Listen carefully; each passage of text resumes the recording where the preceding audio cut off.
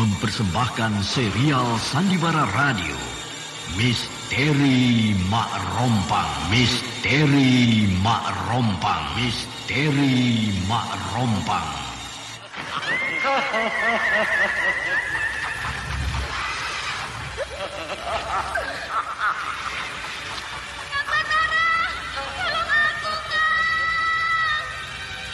Cepat kemari, Wulan.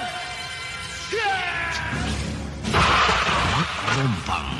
Kisah bangkitnya kembali setiap 200 tahun. Seorang anak manusia yang dapat berganti wajah dan wujud. Terkadang menjadi seorang gadis cantik teramat cantik. Terkadang menjadi seorang nenek tua renta buruk rupa yang selalu menimbulkan prahara dan malapetaka mengerikan bagi umat manusia.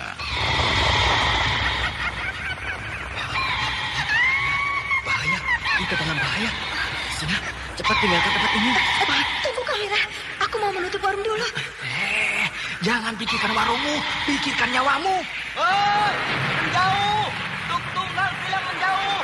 Takut itu berapa panas. Tuk Tunggal ada di mana, Wira? Tuk Tunggal ada di dalam kabut. Hei, penyihir semua. Penyihir keluar dari desa.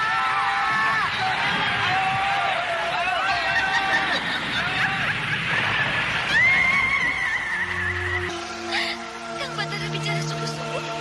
Iya, karena saya mencintaimu, Wulandari. Mak Rompang diselingi pula tawa ria penuh canda serta kisah cinta kasih yang penuh dengan liku-pilu kehidupan dari dua insan manusia. Awas di belakangmu, Wulandari.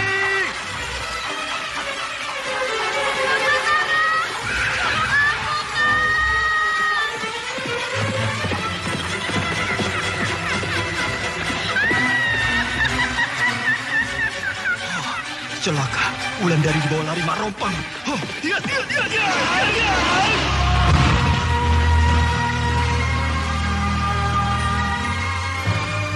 Didukung artis-artis terkenal Ferry Fadli, Yvonne Rose, Anna Sambayon, dan sederet bintang-bintang terkenal lainnya.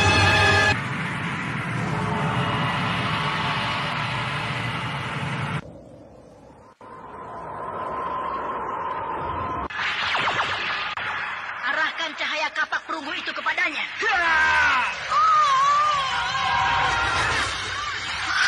Kuburan itu terbongkar hanya dalam sekali pukul oleh Mak Rompang. Kau lihat, kuburanku sudah menganga lebar. Peti matiku sudah terbuka. Kini kita akan masuk ke dalam. Kau akan aku selesaikan dengan ini, Mak Rompang. Oh, kapak perunggu. Pandai Urat, berilah kesaktian kapak perunggu yang kau ciptakan ini. Ikutilah episode ke-10. Cahaya Kapak Perunggu. Kapak Perunggu.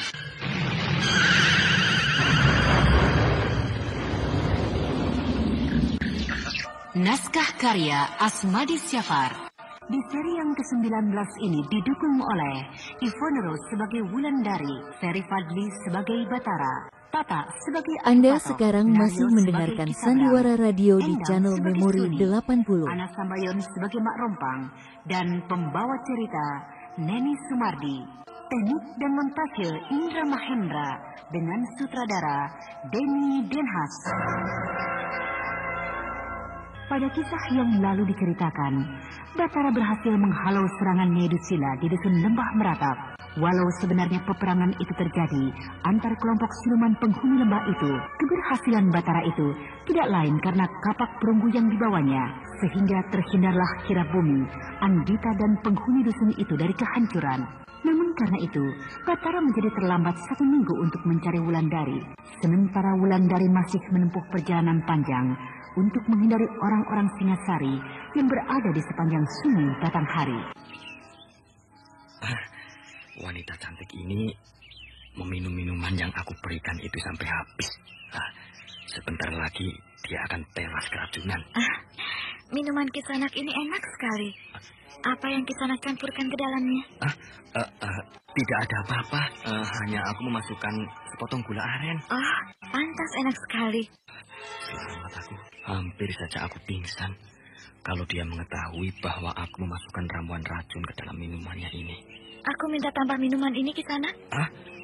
Loh, kenapa Kisanak heran? Tidak, Nyai. Aku hanya heran bahwa minuman ini sangat Nyai sukai. Oh, itu karena aku sedang haus. Oh, iya. Tunggu aku buatkan ya, Nyai ya. Pemandangan di sini indah ya?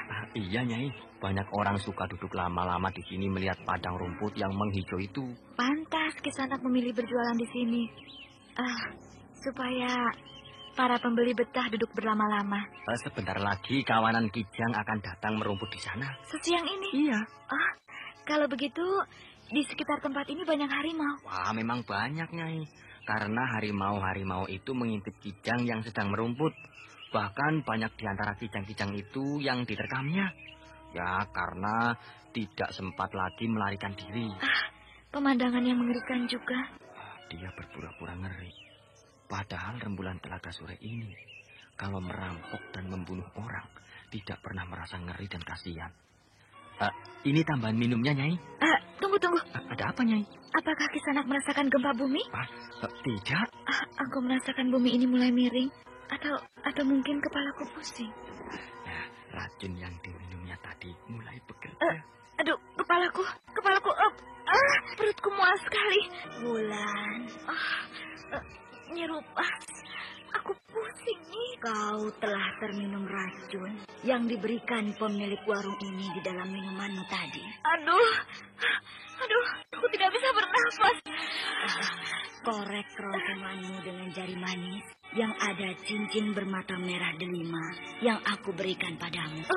Iya, Nyerupas. Iya. Muntahkan cepat. Wulandari memuntahkan apa yang terasa di kerongkongannya. Dia muntahkan semua yang ingin dia muntahkan. Lalu rasa pusingnya menghebat tadi hilang seketika.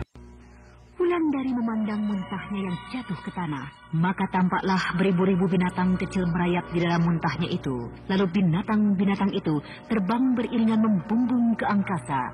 Wulandari melihat berkeliling. Dia mencoba mencari Nyi Upas yang sejak tadi berbisik di dekat telinganya. Tapi apa yang dicarinya tidak terlihat. Yang ada hanya tukang warung dengan wajah yang sangat pucat. Jauh dari tempat kejadian itu, Ki Sabrang sudah berangkat menuju desa Mentilin. Dia meninggalkan warung itu ketika dia melihat Wulandari meminum minuman yang ada racunnya. Di wajah laki-laki itu tersungging senyum yang penuh arti. Kau beri apa aku, Kisanak? Maafkan saya, Rembulan Telaga Sore. Rembulan Telaga Sore? Dari mana kau tahu namaku itu, Orang kaya tadi yang memberitahukannya.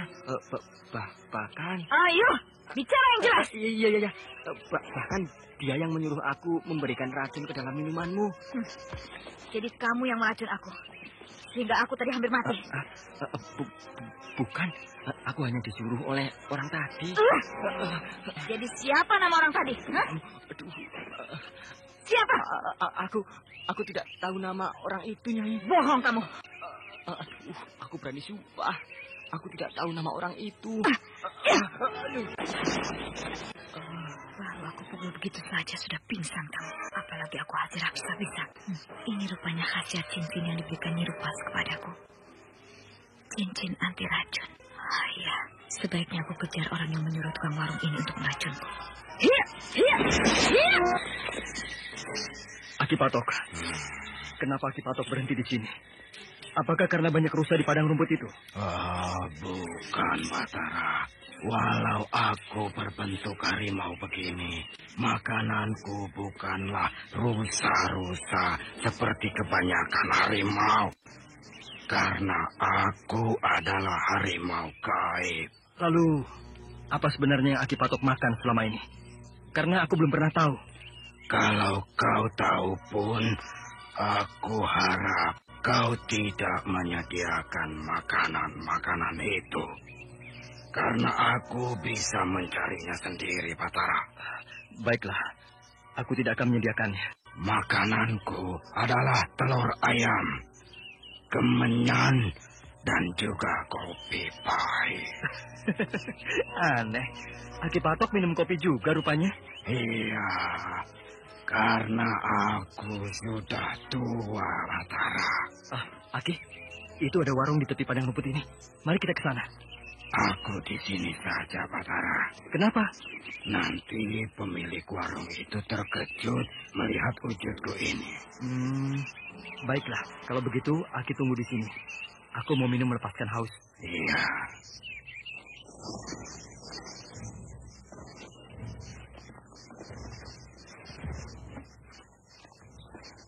Aneh. Kenapa ada orang yang membuka warung di tempat terpencil seperti ini? Apa ada pembelinya? Warung ini memang sepi. Tidak ada pembelinya. Mana pemilik warung ini? Kisanak? Anda sekarang masih mendengarkan Sandiwara Radio di channel Memori 80. Aku sadarkan orang ini dari pingsannya. Bangunlah Kisanak. Siapa kau ini? Kenapa kau takut memandangku? Aku pikir Kisanak yang memukulku tadi. Kau dipukul orang? Iya. Pemilik warung ini siapa? Aku Kisanak. Begitu. Jadi kenapa kau sampai dipukul orang? Dan siapa yang memukulmu? Orang yang memukulku itu seorang perempuan. Sekali pukul kau sudah pingsan. Berarti orang yang memukulmu itu punya ilmu yang tinggi. Iya, dia seorang perempuan. Perempuan? Iya. Namanya Rembulan Telaga Sore. Hah? Betul itu nama perempuan yang memukulmu? Iya, betul. Kemana dia sekarang? Dia ke sana. Mau merampok seorang saudagar kaya. Merampok? Iya. Siapa yang akan merampok? Perempuan itu kan seorang perampok, Kisanak. Siapa yang bilang begitu? Saudagar yang minum di warung ini tadi. Kisanak sudah tertipu. Perempuan itu bukan perampok. Tapi dia adalah pembela orang-orang yang dirampok. Kalau begitu akan aku susul perempuan itu.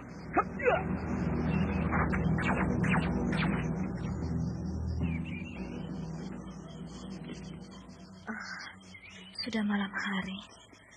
Belum juga aku bertemu dengan saudagar kaya yang minum di warung tadi siang.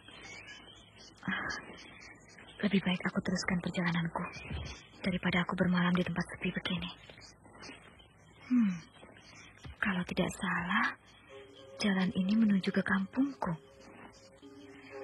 Dari mana saja malam-malam begini, Kisabrang? Dari mengurus perdagangan lada. Di mana? Di hilir Sungai Batanghari. Oh, jauh sekali. Ya, sekarang kalau berdagang lada harus ke sana, Suni.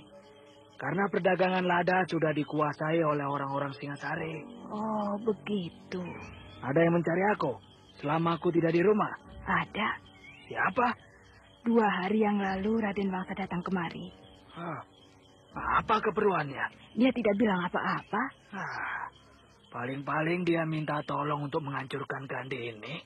Oh, begitu. Iya, memang begitu. Sekarang banyak musuh yang tidak kita duga-duga. Dulu, yang disangka kawan bisa berbalik jadi musuh. Bahkan Gandhini yang dulu istri Raden Wangsa, kini berbalik menjadi musuh.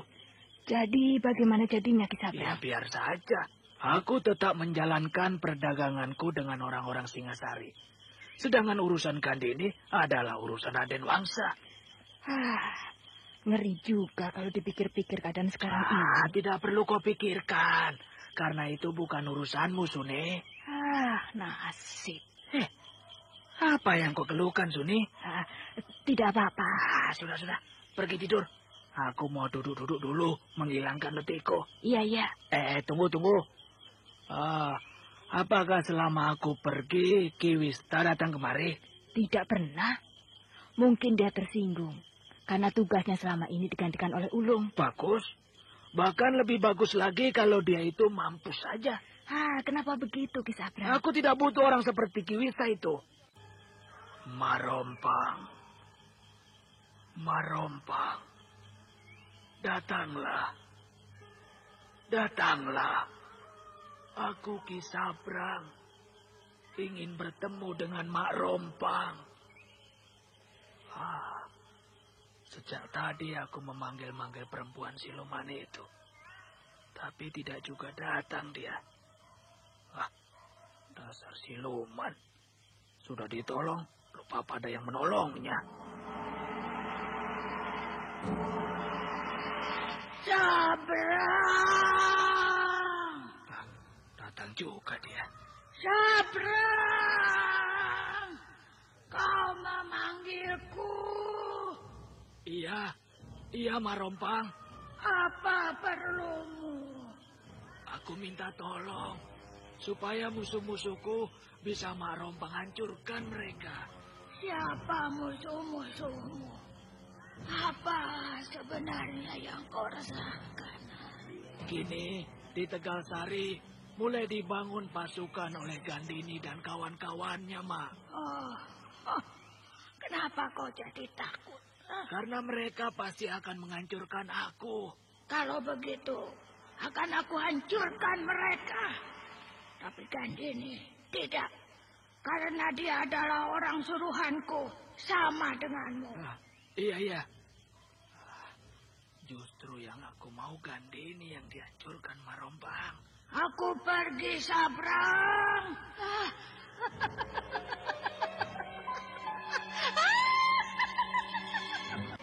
Akhirnya sampai juga aku kemari. Iya ya. Kenapa aku kemari? Mengapa aku datang ke desa Mentilin ini? Bukankah tidak ada siapa-siapa yang aku harus ketemui kecuali ibuku? Hari sudah sangat larut. Memang lebih baik aku temui ibuku. Tapi buat apa? Bukankah ibuku sudah menjadi istri Ki Sabrang? Bukankah Ki Sabrang orang yang paling aku benci di muka bumi ini? Seekor burung gagak raksasa terbang dari bulungan atap rumah Ki Sabrang. Aku merasa aneh. Ada burung gagak terbang tengah malam begini dari rumah Ki Sabrang. Burung gagak yang terbang itu berubah berbentuk manusia. Manusia itu berjubah hitam. Dan kini dia terbang jauh ke angkasa. Dan hilang di dalam kegelapan malam. Jangan-jangan Ki Sabrang sedang merapalkan semacam ilmu. Lalu mengubah dirinya menjadi burung gagak. Atau, lebih baik aku intip rumah Ki Sabrang itu. Siapa tahu dia mencelakakan ibuku. Sepi dan gelap di dalam rumah. Pasti tidak ada Ki Sabrang di dalam rumah ini. Aki Patok yakin kalau Wulandari memasuki desa ini? Iya, Batara. Untuk apa dia masuk kemari? Desa ini sangat berbahaya. Batara, kau lihat di angkasa itu? Aku tidak melihat apa-apa, Aki. Oh iya, karena kau tidak melihat dengan mata hatimu, Batara. Apa yang Aki Patok saksikan di udara malam ini? Mak Rompang. Hah? Mak Rompang? Dia baru saja melesat ke angkasa malam ini. Mak Rompang. Kita harus cepat-cepat menemui Wulandari, Batara. Iya, kita harus cepat-cepat menyingkir dari desa ini. Karena siluman jahat itu ada di sini. Mari Aki Patok, kita cari Wulandari sebelum kita bertemu dengan Mak Rompang. Tunggu dulu, Batara. Kenapa, Aki? Kita tunggu dulu sampai Mak Rompang itu jauh. Kenapa begitu, Aki? Biasanya perempuan siluman itu kembali lagi kalau perasaannya mengatakan sesuatu. Aki Patok tahu betul sifat Mak Rompang seperti itu? Tahu. Karena aku sudah lama mengikuti Ki Mujur.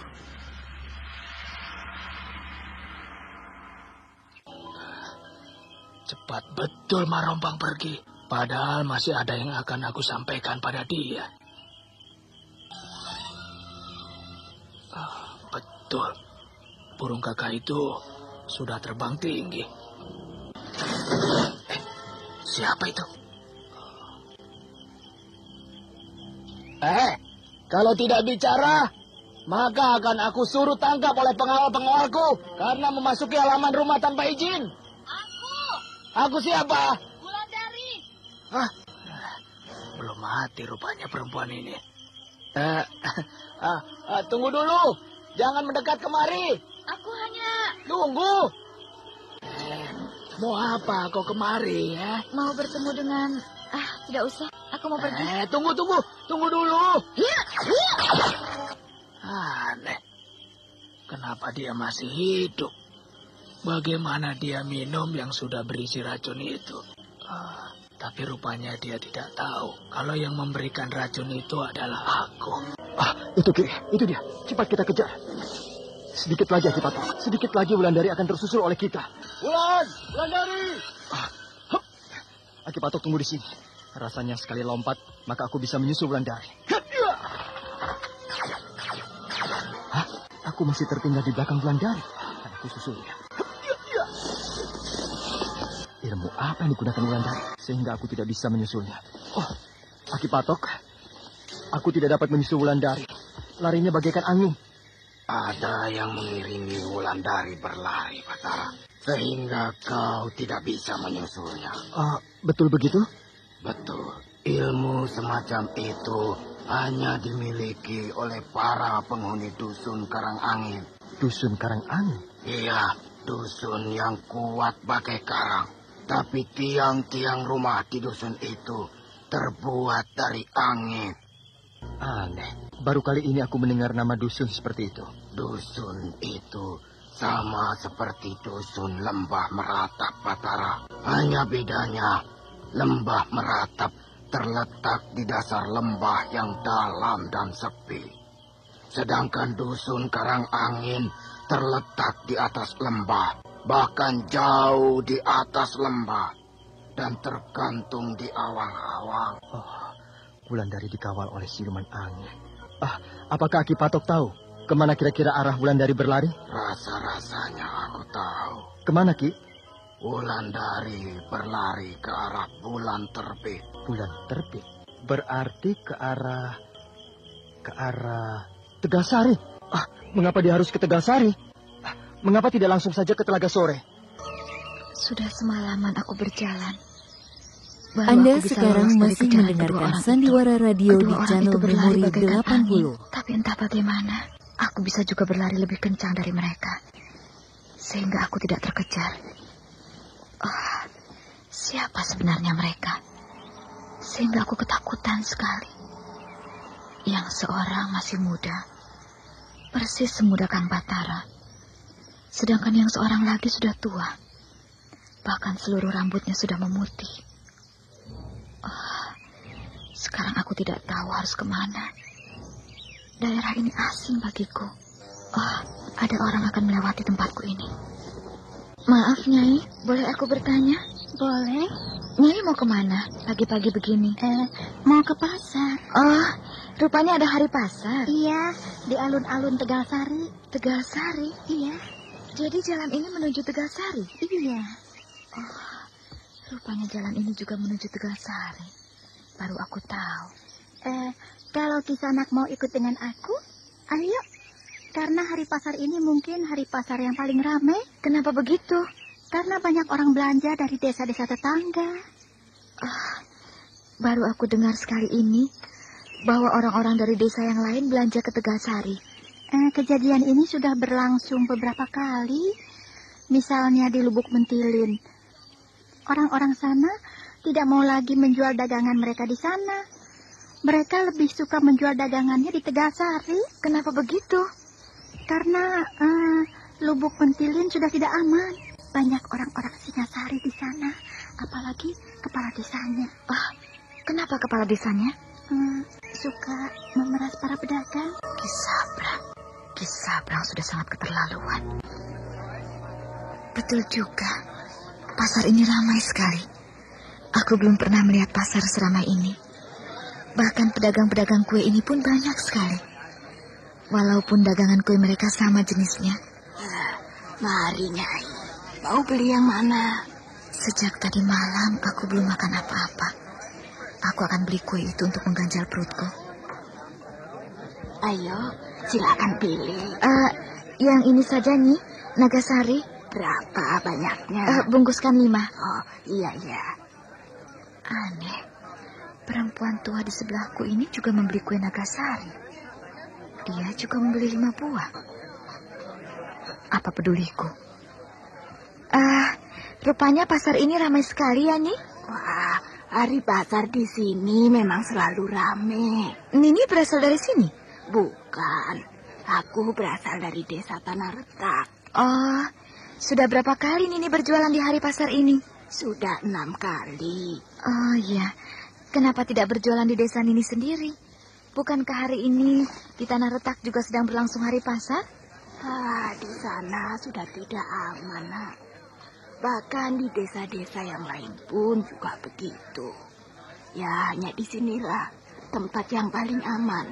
Apalagi sekarang di sini sudah ada pasukan desa yang direstui oleh kerajaan Dharmasraya. Oh, begitu.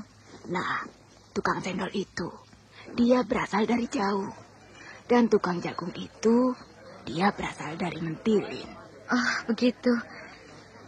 Perempuan tua di sebelahku ini kembali menatapku. Pandangan matanya seperti menusuk jantungku. Sedang wajahnya seram sekali. Oh, kue Nagasari yang dipegangnya jatuh ke tanah. Biar saya tolong ambilkan, Nyi. Tidak usah. Aku bisa mengambilnya sendiri. Dia rupanya tidak suka ditolong. Nagasari yang jatuh itu diambilnya sendiri. Tangan perempuan tua ini masih kekar. Dan aku melihat sekilas dari balik lengan bajunya ada gambar kembang kemboja tertera di lengannya. Mungkin perempuan tua ini adalah seorang yang tergabung di dalam sebuah perkumpulan silat yang berlambang kembang kemboja. Bukankah gambar kembang kemboja adalah lambang Mak Rompang? Ya, aku pernah membaca di dalam kitab Dua Mustika bahwa lambang Mak Rompang adalah gambar kembang kemboja. Atau perempuan ini adalah Mak Rompang. Mungkin. Nah, dia sedang membersihkan kuenya yang jatuh. Ini kesempatanku untuk menghindar. Celaka. Dia mengikutiku. Permisi. Aduh. Orang-orang di pasar ini seenaknya saja berbelanja. Mereka tidak tahu kalau aku sedang tergesa-gesa. Aduh, perempuan tua itu masih mengikuti aku. Dia kini terhalang oleh orang-orang yang berbelanja. Ini kesempatanku untuk bersembunyi. Ya.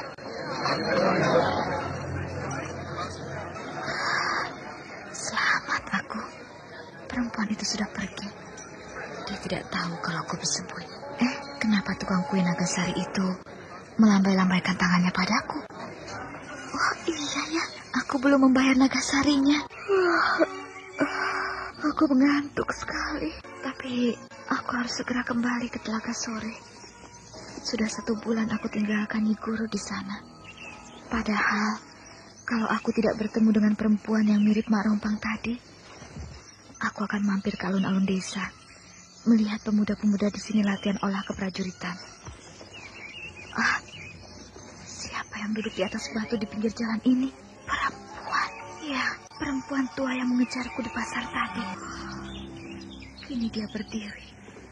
Dia berdiri dengan tongkat kepala burung gagak di tangannya. Mak Rompang.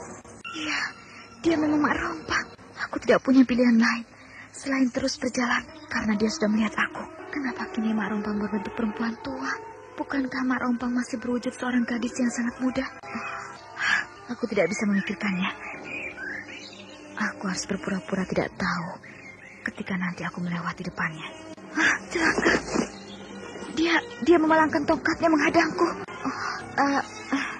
Permisi, Nini. Tunggu. Apa maksud Nini menghalangi jalanku dengan memalangkan tongkat Nini di dadaku? Kau harus ikut aku. Ikut Nini? Kemana? Tidak usah kau tahu. Kenapa aku harus ikut Nini? Karena kau sudah melihat tanda di lenganku. Aku tidak mengerti maksud Nini. Kau mengerti, tapi kau pura-pura tidak mengerti. Aku benar-benar tidak mengerti. Permisi. Aku bilang jangan pergi dulu, karena sudah lama aku mencarimu. Mencariku? Kenapa? Karena tai lalat di tepi bibirmu. Sudah ratusan tahun aku menunggu kesempatan ini. Baru hari ini aku bisa menemukanmu. Dia menarik perlahan-lahan tongkatnya. Dan dia bersiap untuk membunuhku. Aku harus bersiap menghadapi perempuan ini. Bicaralah sebelum aku membunuhmu. Siapa Nini? Dan kenapa ingin membunuhku? Karena kau sudah merebut suamiku 250 tahun yang lalu. Aku tidak pernah merebut suami Nini. Bahkan punya suami pun aku belum pernah. Selalu itu alasanmu sejak dulu. Aku bosan mendengarnya. Rupanya dia siap membunuhku. Nah, bersiaplah menerima kematianmu. Bisa juga kau mengelakkan seranganku. Biasanya dalam sekali pukul kau sudah terkapar. Nini, aku tidak punya salah apa-apa. Seharusnya Nini tidak menyerangku. Rupanya kau sudah berani Anda sekarang masih mendengarkan Sandiwara Radio di channel Memori 80. Tapi ingat, aku tidak akan bosan-bosan membunuhmu. Walaupun kau bisa hidup lagi. Ternyata bicara perempuan tua ini tidak karuan. Dia selalu mengatakan bahwa aku bersalah.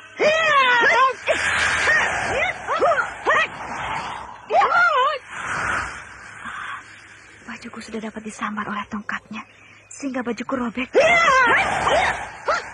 menyerang lagi. Aku juga harus menyerangnya. Bisa kau menahan seranganku? Kurang ajar.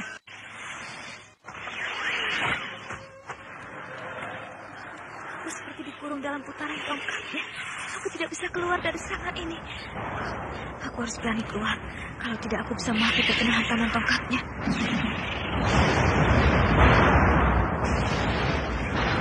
Wulandari masih berdiri tegar menghadapi serangan Mak Rompang. Tapi Wulandari tampaknya tidak bisa keluar dari kepungan tongkat Mak Rompang yang berputar-putar di sekitarnya dengan cepat. Tampaknya Wulandari hanya tinggal menunggu sebuah mukjizat untuk bisa lepas dari bahaya maut itu. Perkelahian yang tampaknya mulai tidak berimbang karena Wulandari sudah mulai terdesak hebat oleh Mak Rompang. Sementara itu tanpa disadari oleh Wulandari, Bathara dan Akipatok menyusulnya. Bahkan di antara mereka sempat terjadi kejar-kejaran. Namun Bathara dan Akipatok kehilangan jejak karena Wulandari begitu hebat larinya, bagai diterbangkan oleh angin kencang. Celaka. Aduh, bajuku robek lagi. Persis di dada. Sebentar lagi seluruh bajumu akan robek.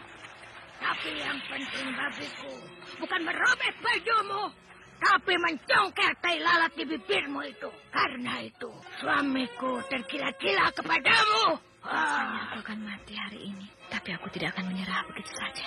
Aku harus melawan sekuat tenagaku. Sebentar lagi ujung tongkatku akan mencongkel tai lalatmu itu.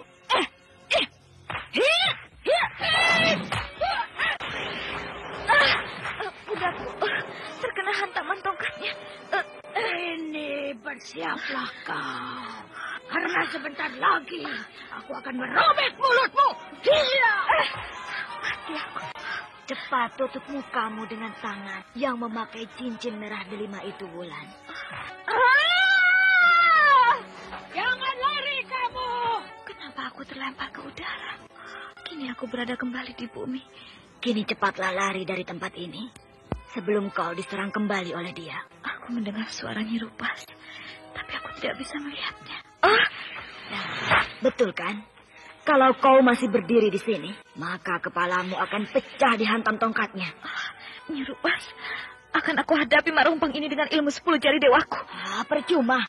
Tapi kalau kau tidak percaya, silakan saja.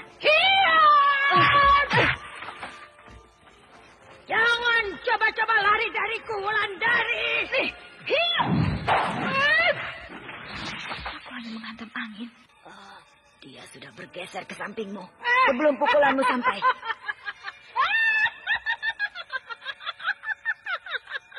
Apa yang kau pukul, Wulandari?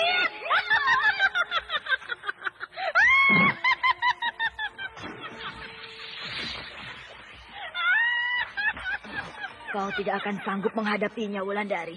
Karena dia sedang ganas-ganasnya. Cara satu-satunya hanyalah lari dari sini. Kalau kau ingin selamat. Suara Nyirupas selalu mengganggu pikiranku. Padahal aku sudah bersiap untuk mati menghadapi Mak Rompang ini. Cepatlah, sebelum kau terlambat. Baiklah, aku akan lari. Kenapa aku bisa cepat begini? Dan Mak Rompang terdiam seperti dia kehilanganku. Aku tidak bisa berjalan terus. Aku letih sekali. Aku harus mampir di rumah Ani.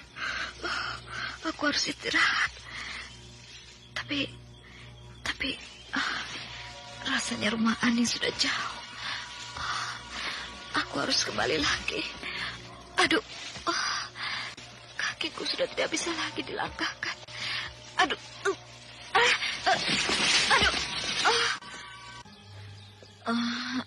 Kak Wulan. Di mana aku? Kak Wulan ada di rumahku. Aning? Iya, aku Kak. Kenapa aku tiba-tiba ada di rumahmu? Tadi malam, Kang Tembong menemukan Kak Wulan di jalan. Lalu Kang Tembong dan peronda yang lain membawa kakak kemari. Jadi aku pingsan tadi malam. Entah, tapi rasanya tidak. Kak Wulan sedang tidur nyenyak. Oh iya, tadi malam aku sangat keletihan. Kalau kakak mau mandi, aku sudah siapkan air hangat untuk kakak. Aning, kenapa harus repot-repot? Aku biasa mandi pagi dengan air dingin. Mungkin Kak Wulan sangat lelah, sehingga mandi air hangat bisa lebih segar. Baiklah, terima kasih. Sungguh cantik kakak Wulandari itu. Walau baru bangun tidur seperti itu, kecantikannya tidak berubah. Pantas, banyak laki-laki yang tergila-gila pada dia. Siapa perempuan tua itu? Dan mau apa dia melihat-lihat ke rumah ini? Dia kemari. Kamu pemilik rumah ini? Iya, Nini. Apakah kamu punya tamu? Tadi malam, kakak Wulan selalu mengigau di dalam tidurnya. Mengigau tentang perempuan tua yang mengejar-ngejarnya. Nyai. Apakah kamu tidak mendengar aku bertanya? Nini bertanya apa? Aku bertanya, apakah kamu punya tamu di dalam rumahmu ini? Tidak, Nini. Ini buntelan siapa? Buntelan Wulandari, bukan? Iya. Nah, bilang pada Wulandari, bila luka di pundaknya masih terasa sakit, oleskan permata delima itu pada lukanya. Lalu, bila ada perempuan tua kemarin mencarinya, jangan takut. Minum saja rendaman air batu permata merah delima yang dipakainya. Maka dia akan selamat. Permisi. Nini ini siapa? Aku Nyi Rupas. Aneh perempuan tua itu. Hilang dia. Bagaimana dia bisa hilang di tengah halaman rumahku ini? Ada apa, Ani? Itu baru saja ada perempuan tua mencari kakak Wulan. Perempuan tua? Siapa namanya? Nyi Rupas. Nyi Rupas? Mana dia, Ani? Entah kemana perginya, Kak. Tiba-tiba saja dia hilang ketika dia berjalan di tengah halaman rumah ini. Aku selalu diikuti oleh Nyi Rupas. Mungkin dia tahu kalau aku dalam bahaya. Jangan terlampau gegabah berjalan di tengah malam begini, Batara. Apakah kau sudah lupa bahwa beberapa bulan yang lalu kau ditangkap oleh Ki Sabrang ketika masuk desa Mentirin ini? Tentu aku masih ingat, Aki Patok. Tapi kita harus menemukan Wulandari. Kalau tidak, aku tidak berani kembali ke Telaga Sore. Hei, siapa? Nah, di sini banyak sekali orang-orang yang meronda. Itu bukan orang yang meronda, tapi tentara Singasari. Siapa? Dari mana kau tahu, Batara? Dari pakaiannya. Hei, siapa itu? Kalau diam saja, akan aku ajar kamu. Batara, kaulah yang menjawabnya. Dia hanya melihatmu, sedangkan aku tidak akan tampak olehnya. Aku siapa? Kalau kau mau jelas lagi, kemarilah. Siapa kamu? Kamu pasti bukan penduduk desa ini. Kamu yang bukan penduduk desa ini. Kamu orang Singasari. Kalau aku orang Singasari, kau mau apa? Kau bunuh dia, Batara. Aku tidak tahu. Yang jelas dia pingsan. Rasanya dia mati, Batara. Sudah, jangan hiraukan prajurit itu. Kemana kita? Mengelilingi desa, mencari Wulandari. Batara, banyak orang berjalan di belakang kita. Mungkin kawan-kawan prajurit yang pingsan itu. Kita percepat saja jalan kita. Itu dia! Ayo, itu dia, ayo! Batara, mereka melihat kita. Cepatlah naik ke punggungku, Batara. Kalau tidak, mereka akan bisa mengejar kita. Ayolah.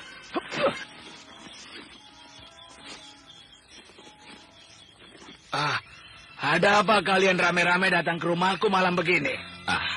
Ki, ada yang mati, Ki. Siapa yang mati? Prajurit Singasari yang meronda malam ini, Ki Sabrang.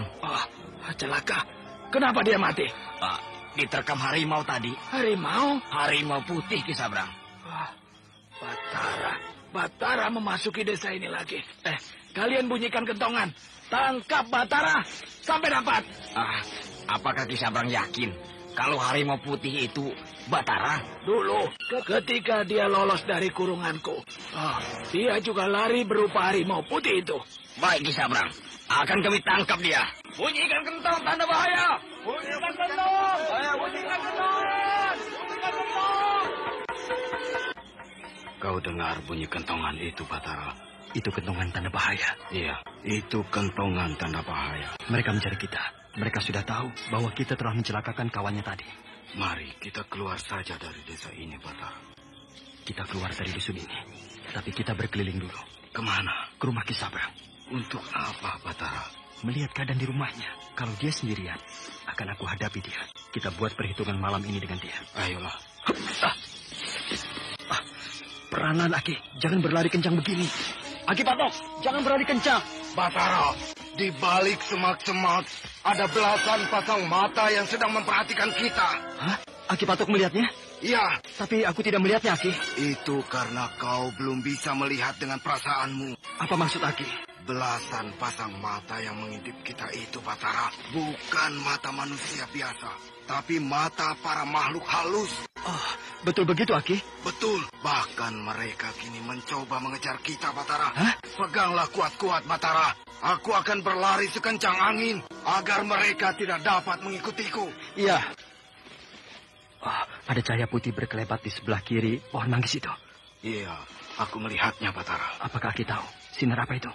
Rasanya malam ini akan terjadi hal-hal yang aneh, Batara. Hal-hal aneh apa, Ki? Para siluman akan saling bertarung. Bertarung dalam persoalan kita. Aku tidak mengerti maksud Aki Patok. Ada sekelompok siluman yang akan mencelakakan kita, Batara. Sedangkan sinar putih tadi, siluman lain yang akan membela kita. Oh, begitu. Bahkan cahaya putih yang kau lihat tadi itu sebenarnya bukan cahaya putih, Batara. Tapi yang aku lihat adalah seorang gadis yang cantik. Kang Batara. Andita. Aku yang bergerak bagai sinar putih tadi. Kenapa tiba-tiba aku bisa melihat banyak orang di sekitar semak-semak itu? Aku yang memperjelas kehadiran mereka. Biar Kang Batara bisa melihatnya. Andita mengerahkan kekuatan gaibnya, Batara, sehingga kau bisa melihatnya. Apa yang tadi tidak bisa kau lihat. Terima kasih. Jadi, sudah jelas bagimu sekarang, Batara? Sudah. Aku sudah bisa melihat kelompok-kelompok aneh di semak-semak itu. Dan itu, ada lagi kelompok lain memasuki desa ini. Itu kelompok... Ya, itu kelompok lain lagi. Kelompok dari mana itu, Andita? Aku tidak tahu, Aki. Tapi kelompok yang mengejar Kang Batara adalah kelompoknya Idusila. Kelompoknya Idusila? Mereka mempunyai dendam besar pada Kang Batara. Karena aku dapat mengalahkan mereka di lembah Meratap? Ya, tapi Kang Batara jangan khawatir. Rama juga akan datang membela Kang Batara. Wah, Kira Bumi akan datang? Ya, karena Rama Rabumi merasa berhutang nyawa pada Kang Batara. Betul kan, Batara? Aku sudah bilang akan terjadi peristiwa-peristiwa aneh di desa ini. Perang orang-orang dunia atas angin akan terjadi di desa ini. Batara duduk terdiam, memperhatikan iring-iringan kaum atas angin yang berdatangan memasuki gerbang desa. Ada yang masuk melalui jalan darat, ada yang turun melalui angkasa dengan meluncur melalui cahaya bulan. Ada yang datang hanya berbentuk kilatan-kilatan cahaya yang menyilaukan mata. Aku mendengar gemerincing gentak kereta kuda. Ki Sabrang? Kemana suamiku tadi? Mengapa suamiku duduk bersila di sana seperti orang yang sedang bersemedi? Ki Sabrang? Ki? Ada apa, Suni? Suamiku duduk sambil menikmati minuman hangat. Ada apa, Suni? Apakah Ki Sabrang mendengar bunyi kereta kuda mendekati rumah kita? Kereta kuda? Aku tidak mendengar apa-apa. Coba dengar baik-baik. Tuh, kan? Mana? Iya ya. Ayo, kita jalan keluar. Keluar kemana? Di halaman rumah. Nah, suara kereta kuda itu semakin jelas di halaman ini. Tapi tidak tampak kereta kudanya. Ki Sabrang, lihat itu. Mana? Itu. Oh, iring-iringan orang membawa opor. Tapi tidak ada orangnya. Hanya cahaya obor saja yang terlihat.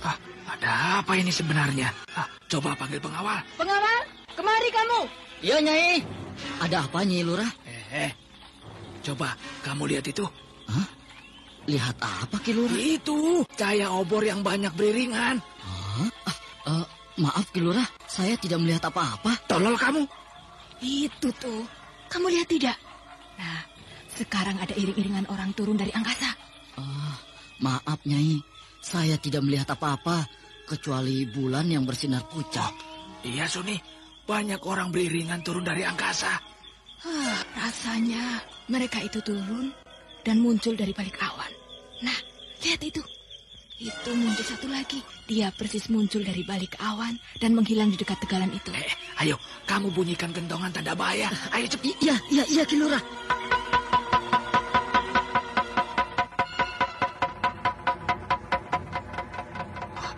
Ada apa sebenarnya malam ini? Apa yang harus kita lakukan, Ki Sabrang? Aku tidak tahu, Suni. Kita tunggu saja apa yang akan terjadi. Seharusnya Ki Sabrang tangkap orang-orang yang membawa obor itu. Tangkap? Iya. Mereka pasti akan mengasuh desa kita ini. Aku yakin. Yang kita lihat ini bukanlah manusia biasa, tapi para makhluk halus. Nah, Ki Sabrang, penduduk desa sudah ramai datang ke alun-alun. Nah ya, mari kita ke alun-alun, biar mereka tidak cemas. Iya. Kini penduduk desa ramai berdatangan ke alun-alun desa Batara. Iya, rupanya mereka juga melihat para orang atas angin memasuki desa mereka. Seharusnya Kang Batara menyuruh mereka kembali pulang dan masuk ke rumah mereka. Kenapa begitu, Andita? Aku kasihan. Kalau mereka nanti terkena serangan kami. Aku tidak bisa melakukannya. Kenapa begitu? Kalau aku muncul di hadapan mereka, maka aku akan mereka keroyok. Aneh. Bukankah desa ini desa tempat Kang Batara lahir dan dibesarkan? Iya, tapi orang-orang desa ini sudah tidak menyukaiku lagi. Mereka lebih percaya pada Ki Sabrang. Berarti Ki Sabrang sudah bicara yang tidak-tidak tentang diri Kang Batara. Sehingga penduduk desa jadi berbalik benci pada Kang Batara. Memang begitu.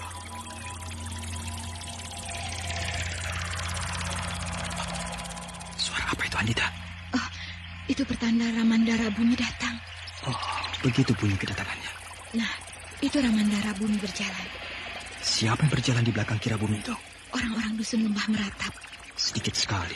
Ya, memang sebanyak itulah para penghuni dusun Lembah Meratap. Apakah bisa menang nanti menghadapi pasukannya Dusila? Entahlah, Kang. Tapi dengan keberadaan Kang Batara di sini, semangatku menjadi besar kembali. Kau mengharapkan bantuanku dengan kapak perunggu yang aku bawa ini? Ya. Aku akan siap membantu. Batara? Kira Bumi. Aku gembira melihat kau hadir di sini, Batara. Kira Bumi, jangan khawatir. Aku siap membantu Kira Bumi. Terima kasih, Batara. Akipato rupanya juga ada di sini. Iya, Kira Bumi. Aku selalu mendampingi kemana Batara pergi. Akipato adalah sosok yang setia. Jarang aku temui sikap seperti ini pada diri orang lain. Ya, aku hanya menjalankan amanat Ki Mujur. Dan juga rasanya aku cocok dengan Batara. Ramanda, lihat mereka itu.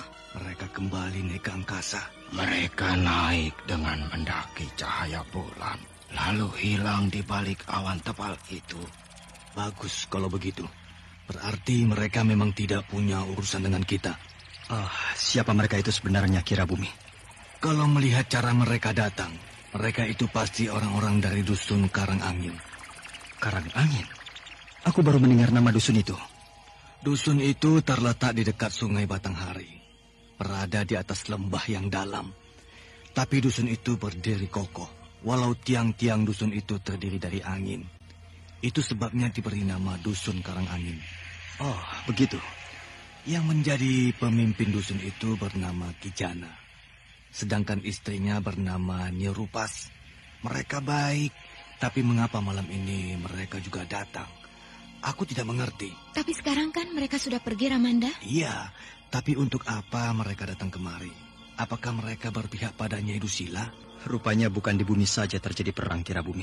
Oh iya, Batara. Di kalangan kaum atas angin pun terjadi perang. Bahkan perang yang kami hadapi lebih mengerikan dari perang di bumi sana. Ramanda, Aki Jangkor telah datang. Berarti perang akan dimulai. Kenapa Ki Jangkor hadir lagi, Kirabumi? Bukankah... Betul, Batara. Mereka tampaknya telah hancur terkena cahaya kapak perungumu. Tapi sebenarnya tidak. Mereka hanya hancur sementara waktu. Lalu mereka akan hadir kembali. Begitulah adat di dunia kaum atas angin ini. Jadi tidak akan mati-mati? Kami hanya bisa mati bila dibakar oleh api abadi Sang Pencipta. Kalau begitu, Mak Rompang pun sama, Kirabumi? Kecuali Mak Rompang. Dia berasal dari kaum rendahan. Dia berasal dari arwah yang penasaran. Sehingga dia bisa dihentikan dan dimusnahkan. Cuma aku belum tahu bagaimana cara memusnahkannya. Ya, perang yang kini terjadi antara kaum atas angin ini juga gara-gara Mak Rompang. Dia tahu betul bahwa Nyai Dusila sejak lama tidak begitu baik hubungannya dengan kami. Sehingga dia hasut Nyai Dusila untuk menghancurkan kami. Kalau kaum atas angin tidak bisa hancur, kenapa harus berperang, Kirabumi? Kaum atas angin memang tidak bisa hancur, Batara. Tapi Cacat bisa bila di dalam peperangan dia menderita luka-luka yang parah. Oh, begitu. Lalu kenapa peperangan ini memilih desa Mentilin, Kirabumi? Sebenarnya kami tidak memilih desa ini, Batara. Tapi Nyai Dusila lah yang bergerak mundur ke desa ini. Ramanda, mereka sudah mengibarkan panji-panji peperangan. Berarti peperangan akan segera dimulai. Siapa yang mengendarai kereta kuda itu, Kirabumi? Jadi kau belum tahu siapa dia? Belum. Dia itulah si sombong Mak Rompang. Berarti dia akan ikuti dalam peperangan ini? Tidak, dia hanya akan menonton dari jauh. Nah, lihat. Kini kereta kuda itu naik ke angkasa.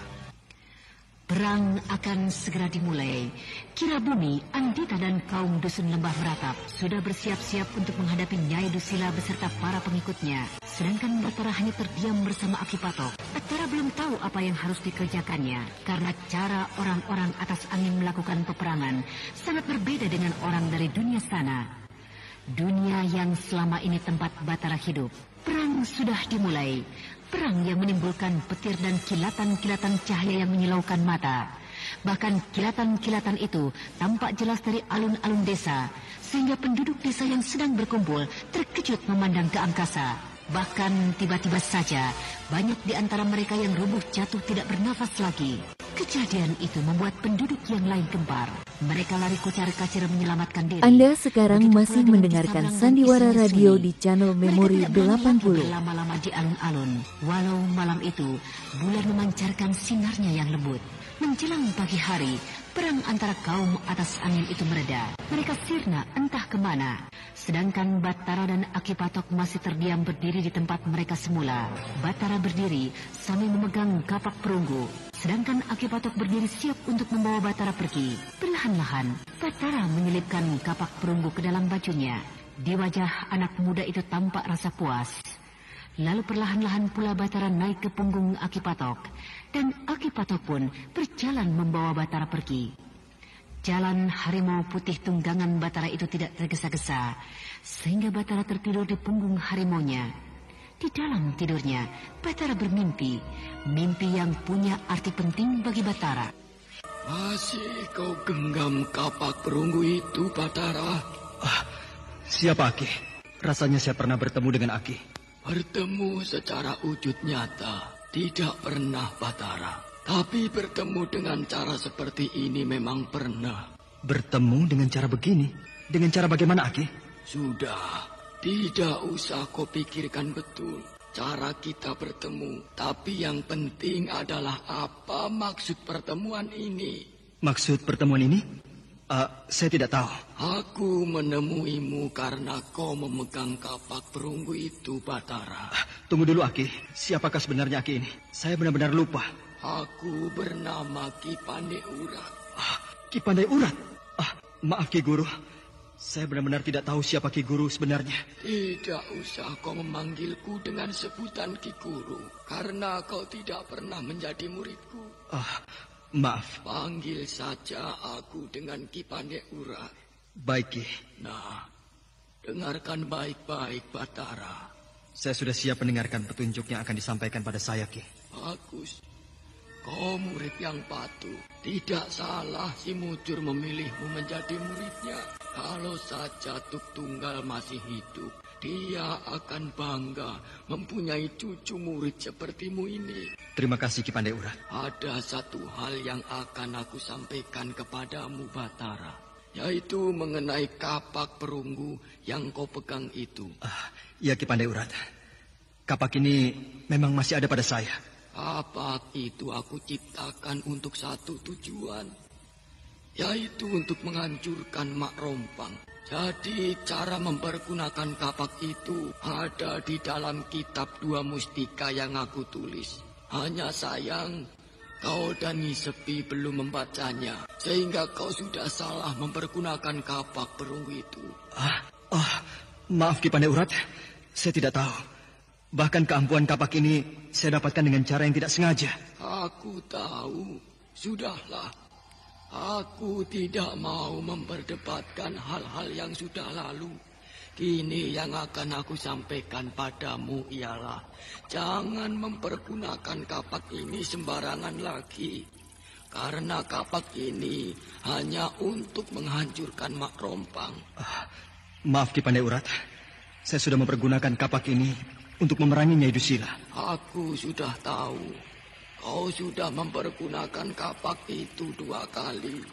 Sedangkan kapak itu mempunyai kekuatan hanya 3 kali. Jadi kau hanya mempunyai kesempatan 1 kali lagi dengan kapak itu untuk menghadapi Mak Rompang.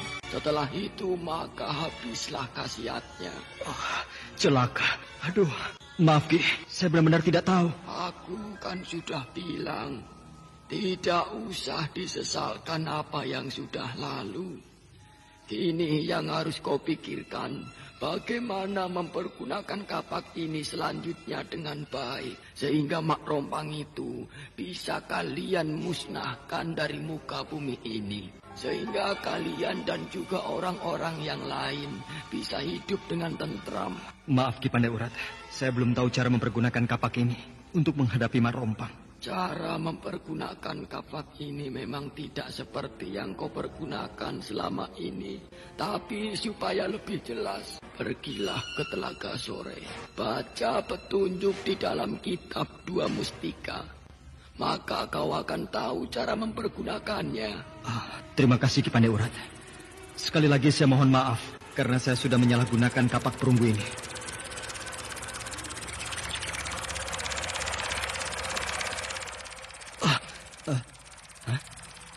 Kemana Ki Pandai Urat tadi?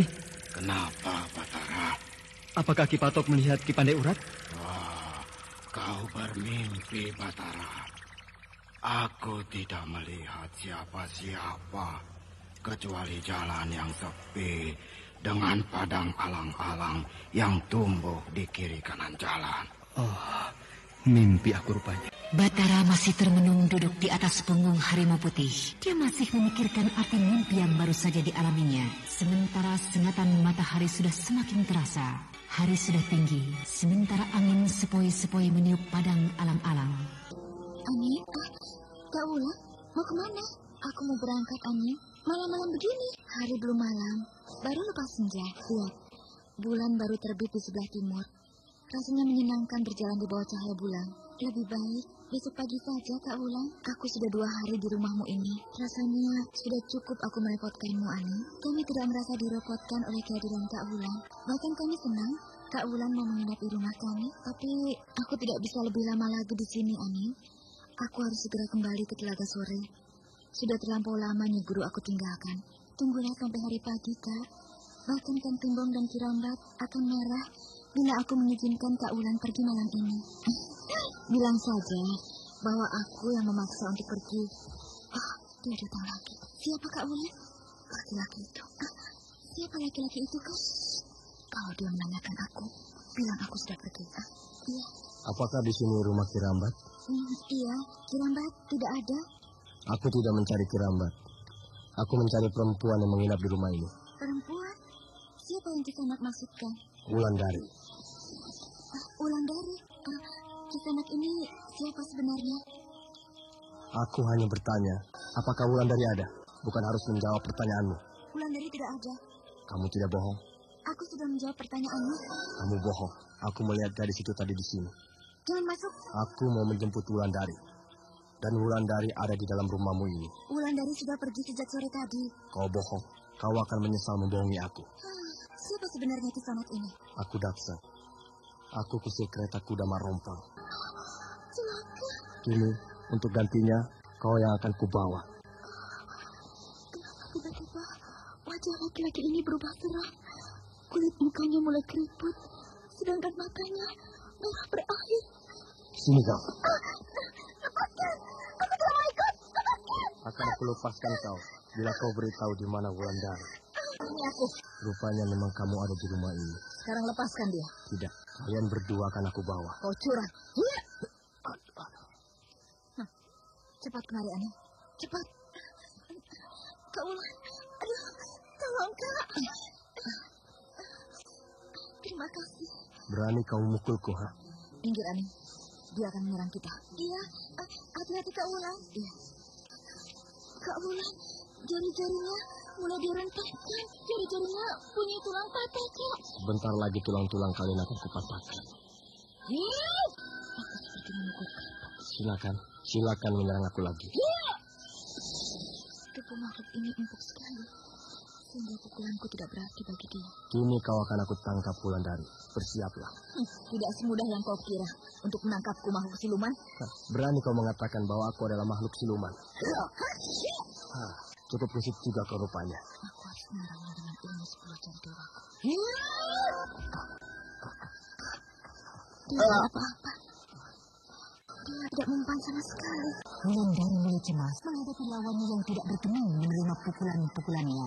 Bahkan kini kusir Mak Rompang itu mulai melangkah satu-satu mendekati muridnya Sepi. Lalu dengan sekali tangkap, tubuh Wulandari sudah dapat dipegangnya. Dan dalam sekali ayun, tubuh itu melayang dan jatuh di sudut ruangan. Namun Wulandari tidak tinggal diam. Dia cepat berdiri. Bahkan di tangannya sudah tergenggam sebuah pedang pendek. Pedang itu adalah pedang peninggalan Cipandai Urat. Pedang yang sudah diberi mantra penangkal iblis. Pedang itu ditimang-timang oleh Wulandari. Sementara Daksa terus maju mendekati Wulandari. Ketika jarak antara Wulandari dan Daksa sudah semakin dekat, maka ujung pedang dipegang kuat-kuat oleh Wulandari. Bahkan dengan secepat kilat, Wulandari mengayunkan ke arah Daksa. Pedang pendek melesat cepat, sehingga menimbulkan bunyi angin yang berdesir keras. Lalu ujung pedang itu menancap tepat di dada Daksa. Laki-laki siluman itu terkejut dan terdiam sesaat. Sementara cairan hitam keluar dari lukanya, Daksa memandang Wulandari dengan pandangan kejam. Bahkan pandangan itu seolah-olah mengisyaratkan dendam. Wulandari diam tidak bergerak. Dia dan Aning memperhatikannya akibat tusukan pedang pendek itu. Ketika tubuh Daksa jatuh ke lantai, pedang pendek itu menghujam lebih dalam, sehingga mata pedang itu menembus punggungnya. Lalu perlahan-lahan tubuh itu mulai keriput dan keriput. Lalu tubuh itu menciut. Jangan dekati dia, Aning.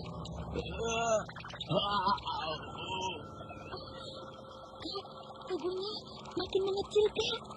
Darahnya hitam menggenang di sekitar tubuhnya. Tubuh itu semakin kecil. Kini dari tubuhnya keluar asap tebal. Hilang. Tubuh laki-laki itu hilang. Jadi asap, Kak. Ya, dia berasal dari api dan sudah kembali menjadi api. Tunggu pembalasanku, Wulandari. Tunggu. Kejadian ini akan aku laporkan pada Mak Rompang. Ada kereta kuda berhenti di halaman rumah, Kak Wulan.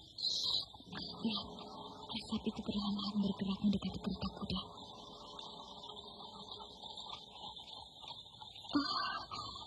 Kereta kuda itu sudah pergi, Kak. Kereta kuda itu datang menjemput kusir keretanya yang sudah berubah menjadi asap. Kak Wulan, aku harap Kak Wulan tidak pergi malam ini. Aku takut tinggal sendiri, Kak. Tidak, aku akan menemanimu malam ini. Terima kasih. Sejak kejadian tadi, aku bertambah takut. Kalau mereka datang lagi, akan aku hadapi mereka. Siapa? Aku Kirambat. Bapak pulang. Diam dulu. Kenapa kau? Kau lihat, Asap tebal itu datang lagi. Mana itu? Asap itu masuk di celah-celah pintu. Jadi kusir kereta itu datang lagi. Mungkin. Wulan. Itu suara bapakku, Kak. Baik. Wulan. Akan aku bukakan pintu ini. Tapi kau berdiri di belakangku. Dan aku akan hadapkan pedang pendek itu padanya. Wulan. Iya. Kau dengar? Dia tidak memanggil namamu. Iya. Dia memanggil namaku. Karena yang dicarinya adalah aku. Wulan. Buka pintu. Iya. Kosong kan ini? Tidak ada siapa-siapa di luar kan? Karena aku memegang pedang pendek ini. Bulu kuduku jadi merinding kan? Kita tutup saja pintu ini. Iya, tutuplah cepat. Kenapa suaranya persis suara bapakku? Suaramu pun bisa dia tiru, Ani. Oh, apakah bapak dan Kang Tembong selamat, Kak? Mereka pasti selamat. Tidak usah kau pikirkan. Tapi mereka sedang meronda. Pasti mereka melihat kereta kuda itu. Kalau mereka dapat bahaya, tentu ada orang yang melaporkan kemari. Nah, Kak Wulan, siluman itu datang lagi. Tenang, Aning. Jangan takut. Aning! Aning! Aning! Kini dia menirukan suara Kang Tembong, Kak. Tapi kali ini aku yakin kalau yang datang ini adalah suamimu. Aning! Buka pintu! Jangan bukakan pintu itu, Kak Wulan. Aku yakin ini suamimu. Wulan, Aning, loh, kau pucat? Aku tadi. Kau kenapa, Aning? Aku takut kan. Kau juga pucat, Tembong? Kenapa? Tadi di kejauhan aku melihat ada asap membumbung ke angkasa dari rumah ini. Dia sudah pergi. Siapa? Kusir kereta Mak Rompang. Oh, mau apa dia kemari? Menjemputku. Tapi sudah berlalu. Dia sudah pergi. Dia sudah hilang menyerupai asap. Kang Tembong, jangan pergi lagi ya. Aku takut, Kang. Tidak. Aku akan menemanimu di rumah. Kalau begitu, aku akan pergi. Kau akan pergi malam-malam begini, Wulan? Sebaiknya begitu, karena yang mereka cari adalah aku. Kalau aku masih di sini, maka mereka pasti akan datang lagi kemari. Tapi Kak Wulan, Aning, kamu jangan takut. Aku tidak akan apa-apa. Nah, aku permisi. Wulan. Aku harus pergi ke Telaga Sore secepatnya, Tembong. Aku melihat sayup-sayup kereta kuda Mak Rompang di belakangku. Rupanya janji kusir kereta itu ditepatinya. Dia tetap mencariku untuk dibawanya kepada Mak Rompang. Jalan satu-satunya. Aku harus berjalan lebih cepat, supaya mereka tidak bisa menyusulku.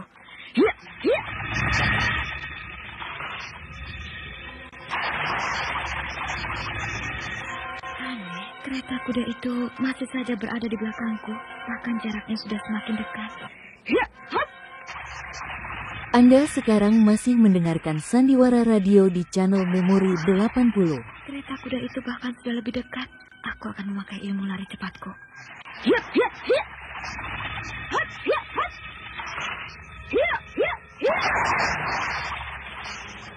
Aku melihat ada cahaya obor beriringan di angkasa, seperti arak-arakan keramaian.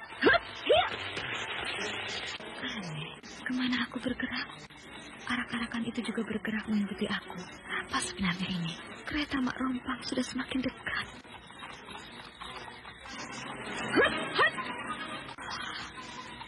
Dari atas kereta kuda itu, ada tali api yang mengejarku. Mak Rompang ingin menjalaku. Tali api itu berbentuk sebuah jala. Dia sudah semakin dekat. Jangan takut. Orang-orangku sedang menghadang jala api itu. Nyi Rupas? Iya, aku selalu mengiringimu. Nah, lihat, jala api itu sudah hilang. Sedang orang-orangku mulai menghambat lajunya kereta kuda itu. Terima kasih, Nyi Rupas. Cahaya apa itu, Nyi Rupas? Cahaya yang beriringan itu kini turun ke bumi. Itu orang-orangku, Wulan. Merekalah yang sedang menghadang kereta kuda Mak Rompang. Nah, lihat. Kereta kuda itu kini berhenti. Bahkan mulai berbalik arah. Iya ya. Kenapa Nyi Rupas selalu menolongku? Apakah kau tidak suka ditolong, Wulan? Tentu aku suka. Tapi aku heran. Karena Nyi Rupas selalu ada di waktu aku sedang dalam kesulitan. Itu karena kau memakai cincin permata delima. yang kami berikan padamu. Oh, begitu. Gerakan Nirupas enteng sekali, seolah-olah dia tidak menginjak bumi. Wulandari memperhatikan gerak-gerik dan langkah Nirupas. Langkah kaki perempuan tua itu enteng sekali, karena dia memang tidak menginjak bumi. Lalu Wulandari memalingkan pandangannya pada kereta kuda Mak Rompang. Kereta kuda itu sudah semakin jauh, sedangkan arak-arakan obor yang turun dari atas angkasa tadi masih mengiring kereta kuda itu menjauh dari tempat Wulandari berdiri. Sudah cukup jauh Nirupas menemaniku berjalan. Apakah tidak apa-apa? Tidak, bahkan aku ingin agar kau selamat dari kejaran makhluk rendah itu. Terima kasih Nirupas. Aku belum pernah bertemu dengan orang sebaik Nirupas ini. Tidak usah kau memujiku begitu. Bukankah hidup ini saling tolong-menolong? Iya, Nyi. Tapi biasanya kalau orang mau menolong orang yang baru dikenalnya, pasti dia menghendaki sesuatu. Tapi Nirupas tidak. Nirupas menolongku atas rasa kasihan. Sudahlah. Di mana tempat tinggalmu, Wulan? Sudah tidak jauh, Nyi. Itu? Oh, itu. Tapi sayang, aku tidak bisa masuk sampai ke sana. Gurumu sudah memagar tempat itu dengan baik, sehingga tidak satu orang pun akan bisa masuk ke sana tanpa seizinnya. Kalau begitu, Nirupas tunggu di sini. Aku akan menemui Nyi Guru untuk minta izin beliau, supaya Nirupas bisa masuk sampai ke tepi Telaga Sore. Baik, aku tunggu di sini. Nyi Guru pasti senang berkenalan dengan Nirupas. Semoga saja begitu. Sudah hampir 1 bulan kau meninggalkan padepokan ini, Wulan. Iya, Nyi Guru. Perjalanan ke hilir sungai Batanghari ternyata tidak semudah yang aku bayangkan. Banyak hambatan dan bahaya yang harus aku hadapi selama di dalam perjalanan. Dan kau bisa menghadapi semua itu? Berkat doa Nyi Guru. Kau tahu bahwa Batara sedang menyusulmu. Kang Batara? Berarti kalian tidak bertemu di perjalanan. Kemana Kang Batara menyusulku, Nyi? Aku menyuruh Batara menyusulmu karena bahaya besar sedang mengintip kita. Bahkan bahaya besar itu akan melanda seluruh negeri. Bahaya dari Mak Rompang mungkin, Nyi Guru? Betul, bahaya itu datang dari Mak Rompang. Karena dia sedang bangkit dalam bentuk yang paling kejam. Betul kalau begitu. Kau bertemu dengan Mak Rompang? Aku dikejar-kejar oleh kusir kereta Mak Rompang. Bahkan sebelum itu, aku sempat bertarung dengan Mak Rompang. Hanya aku masih setengah percaya, Nyi Guru, bahwa Mak Rompang bisa bangkit kembali dari alam kuburnya. Tapi selama ini aku bisa selamat karena ditolong oleh Nirupas. Nirupas? Iya. Jadi nama perempuan itu Nirupas? Iya. Bahkan dia sedang menunggu di batas padepokan kita. Dia ingin berkenalan dengan Nyi Guru. Kau menjanjikan begitu pada dia? Iya, Nyi Guru. Bilanglah pada Nirupas itu bahwa aku tidak ada. Jadi, Nyi Guru tidak bersedia menerima kedatangannya kemari? Rasanya aku tidak begitu suka setelah melihat wajah perempuan itu. Apakah karena dia bukan berasal dari manusia biasa seperti kita? Bukan itu. Tetapi entah kenapa, tiba-tiba saja aku tidak suka melihatnya. Nyi Guru sudah melihatnya? Sudah. Ketika kau dan dia berada di batas garis gaib kita. Baiklah, akan aku temui dia. Iya. Perempuan penghuni atas angin itu tidak bermaksud baik pada Wulandari. Kemana Nirupas tadi? Padahal dia menunggu di sini. Nirupas! Apakah Nirupas pergi ke tempat lain? Ataukah Nirupas memang tidak mau menungguku? Nirupas! Dia sudah pergi. Tidak usah kau berteriak-teriak memanggilnya. Percuma. Apakah Nyi Guru melihat dia pergi? Iya. Aku melihat kelebatan bayangannya tadi. Sayang. Tidak usah kau pikirkan dia. Yang harus kita pikirkan sekarang adalah Batara. Semoga dia cepat kembali kemari. Aku melihat penunggang kuda itu memacu kudanya tergesa-gesa. Raden Wangsa. Ya, penunggang kuda itu Raden Wangsa. Wah, kebetulan sekali dia datang kemari. Dia memang menuju rumahku.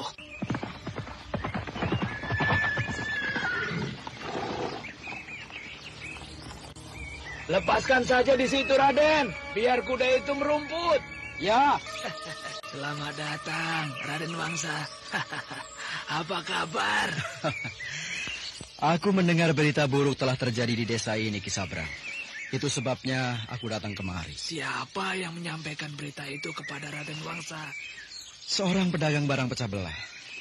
Betulkah begitu? Betul, Raden. Tapi marilah kita masuk ke dalam.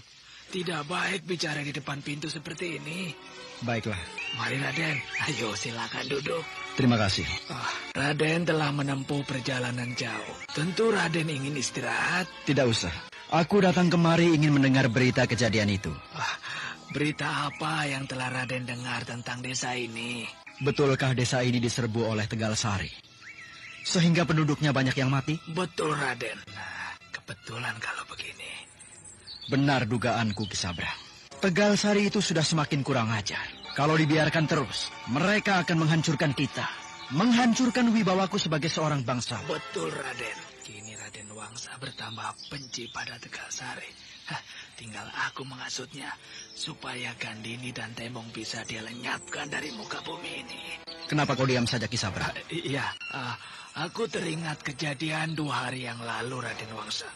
Tiba-tiba saja tengah malam itu penduduk desa dihujani serangan oleh orang-orang Tegal Sari. Sehingga banyak penduduk yang tidak tahu apa-apa mati berkelimpangan, Raden.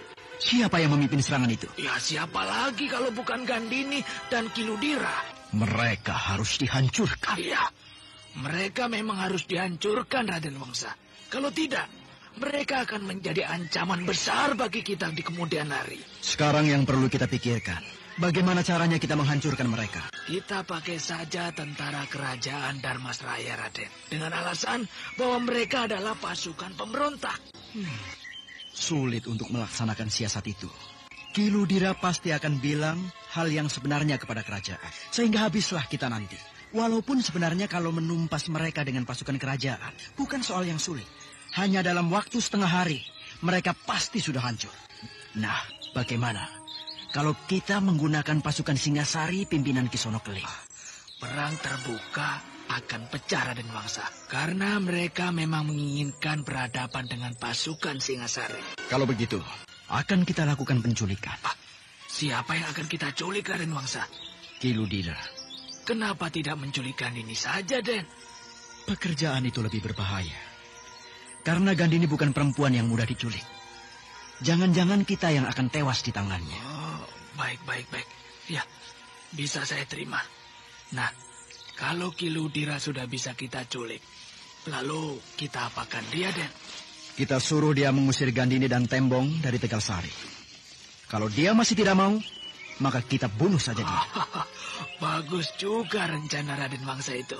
Tapi, apakah kita tidak malu nanti bahwa Kiludira tahu yang menculiknya adalah kita? Jangan kita yang menculik. Kita suruh orang lain. Bahkan orang lain itu harus mengaku bahwa mereka adalah pasukan Singasari. Bagus sekali. Kapan kita laksanakan rencana itu, Den? Kalau perlu nanti malam. Tapi apakah Ki Sabrang punya orang untuk tugas itu? Oh, punya. Kita suruh orang-orangku menculiknya. Lalu kita tinggal menunggu hasil. Betul kan begitu? Tidak salah. Aki Patok, kita sudah memasuki Tegal Sari. Sebaiknya Aki Patok tunggu di sini saja. Supaya penduduk Tegal Sari tidak terkejut melihat harimau putih sebesar Aki Patok. Oh, Aki Patok tampaknya gembira sekali. Dia ingin bebas juga si Jinak dari mengawal. Di alun-alun desa, pemuda-pemuda sedang berlatih olah keprajuritan. Mereka dilatih oleh Gandini dan Tembong. Sebaiknya aku tidak menemui mereka. Aku langsung saja. Ki Rambat, dia melihat aku. Batara! Hei, Ki! Batara, apa kabar? Ya, baik, Ki. Lihat itu, Batara. Mereka berlatih sungguh-sungguh. Walau kau belum sempat melatih mereka. Iya, Ki. Semoga mereka tetap berlatih sungguh-sungguh. Mari kita temui mereka, Batara. Lain kali saja, Ki Rambat. Karena aku... Oh iya, pasti kau sedang mencari Wulan, bukan? Iya. Apakah Ki Rambat melihat Wulandari? 2 hari yang lalu Wulandari ada di rumahku. Kini dia sudah pergi ke Telaga Sore. Oh, terima kasih, Ki Rambat. Aku akan susul dia ke sana. Apakah penting betul untuk bertemu dengan Wulandari? Kenapa begitu, Ki Rambat? Kalau tidak, marilah kita jumpai dulu Tembong dan Gandini. Nanti saja.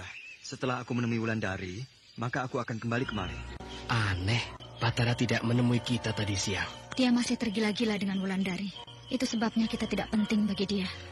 Mungkin mereka sudah lama tidak bertemu. Mungkin juga Wulandari sudah membujuk Kang Batara supaya Kang Batara tidak bergabung dengan kita di sini. Kalau soal itu, aku yakin Batara tidak akan meninggalkan kita. Batara akan tetap bersama kita. Ya, semoga saja begitu. Apa yang riuh ini ya? Banyak sekali burung terbang malam ini. Lihat, mereka terbang berbondong-bondong sehingga menutupi cahaya bulan. Kenapa kan ini? Ini burung-burung gagak. Apakah mereka berbahaya? Tidak. Wah, mereka banyak sekali. Burung gagak Marompang. Pasti Marompang akan mengguncang desa ini. Mungkin sarang mereka ada yang mengganggu di hutan sana, sehingga mereka terkejut, lalu terbang ke sana kemari. Mungkin juga. Tembong tidak tahu kalau ini suatu pertanda bahwa Marompang akan menebar bencana. Mereka terbang seperti ada yang mengendalikan, kan ini? Mereka terbang mengikuti raja mereka. Wah, mana raja mereka? Tunggu. Nah, itu yang terbang paling depan. Wah, besar juga raja mereka. Kang Tembong! Burung-burung gitu, burung gagak, Kang Tembong. Itu terbang indah sekali, Kang. Bahkan sudah ada orang yang dipatoknya, Kang. Wah, ini bencana. Kalian tenang semua. Biar aku yang menghadapi. Gandini, kau sanggup mengusir burung-burung gagak itu, Gandini? Akan aku coba. Kalian kembalilah meronda atau ke rumah masing-masing. Jaga anak istri dan keluarga kalian.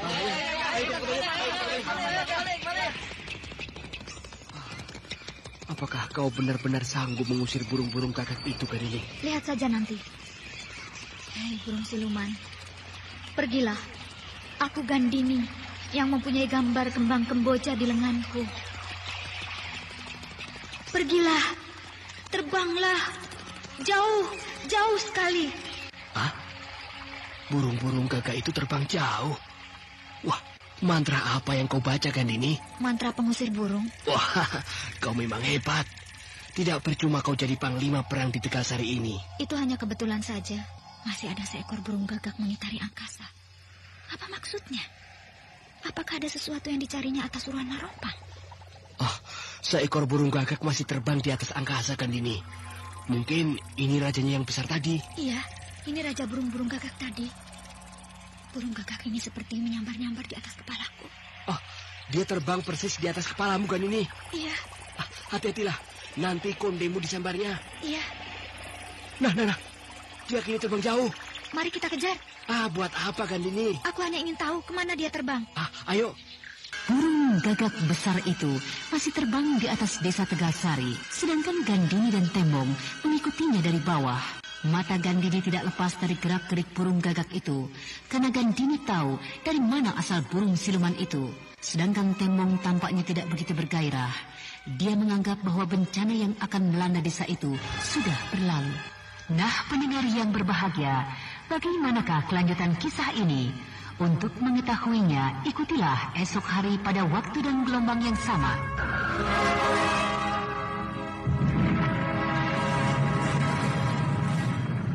Demikianlah tadi serial Sandiwara Radio, Misteri Mak Rompang, episode ke-10, Cahaya Kapak Perunggu.